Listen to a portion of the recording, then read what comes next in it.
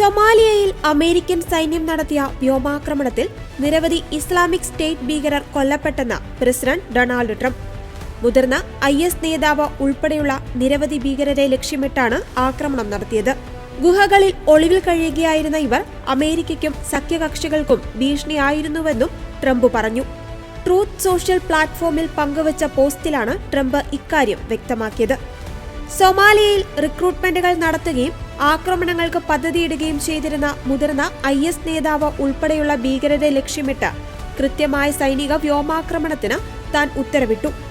ഗുഹകളിൽ ഒളിച്ചിരുന്ന ഈ ഭീകരർ അമേരിക്കയ്ക്കും സഖ്യകക്ഷികൾക്കും ഭീഷണിയായിരുന്നു. വ്യോമാക്രമണങ്ങൾ അവർ താമസിക്കുന്ന ഗുഹകൾ നശിപ്പിക്കുകയും ഒരു തരത്തിലും സാധാരണക്കാർക്ക് ദോഷം വരുത്താതെ നിരവധി ഭീകരവാദികളെ കൊലപ്പെടുത്തുകയും ചെയ്തു. അമേരിക്കക്കാരെ ലക്ഷ്യം വെക്കുന്നവർക്കുള്ള സന്ദേശം ഇതാണ്: ഞങ്ങൾ നിങ്ങളെ കണ്ടെത്തും, കൊലപ്പെടുത്തുമെന്നും ട്രംപ് പറഞ്ഞു. അമേരിക്കൻ സൈന്യം വർഷങ്ങളായി ISന്റെ ആക്രമണങ്ങൾ ആസൂത്രണം ചെയ്യുന്ന ഭീകരനെ തിരയുകയായിരുന്നുവെന്ന് ട്രംപ് പറഞ്ഞു. എന്നാൽ ബൈഡനും അദ്ദേഹത്തിന്റെ കൂട്ടാളികളും ജോലി പൂർത്തിയാക്കുവാൻ വേണ്ടത്ര വേഗത്തിൽ പ്രവർത്തിച്ചില്ലെന്നും എന്നാൽ താനത് ചെയ്തെന്നും ട്രംപ് വ്യക്തമാക്കി.